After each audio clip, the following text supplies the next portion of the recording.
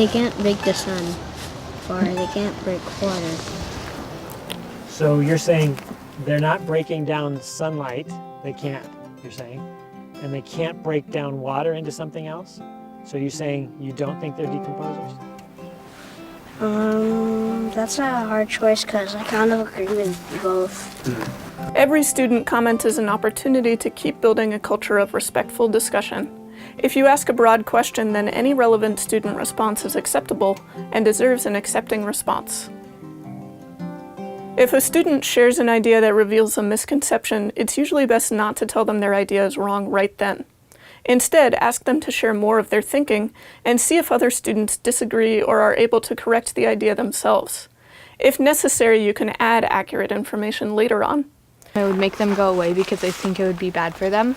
So maybe some things are scared and some things are Yeah, like attracted? maybe like different animals have like different ways of thinking. Sometimes students will also share confusing responses. If they do, ask follow-up questions and perhaps rephrase their statement, then ask if you got it right.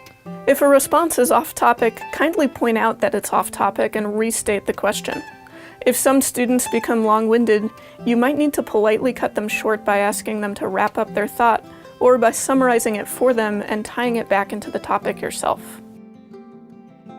Make a habit of asking what other students think of what someone has said, encouraging them to agree with the idea, add to it, or respectfully disagree, reminding them that a disagreement with an idea is not a judgment of a person.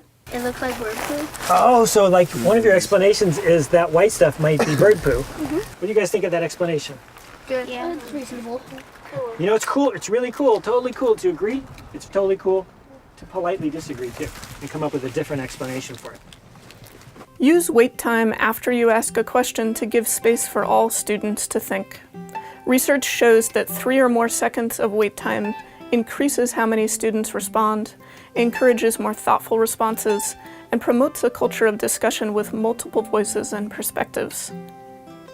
You can also give students time to write while they're thinking, or to just think quietly for a moment before a discussion begins. Think for a second about what it was like to go out and observe stuff. Was it fun? Was it interesting? Did anything surprise you? Okay, and I'm seeing some people nod and kind of thinking in their brains. Talk to someone next to you about what it was like exploring.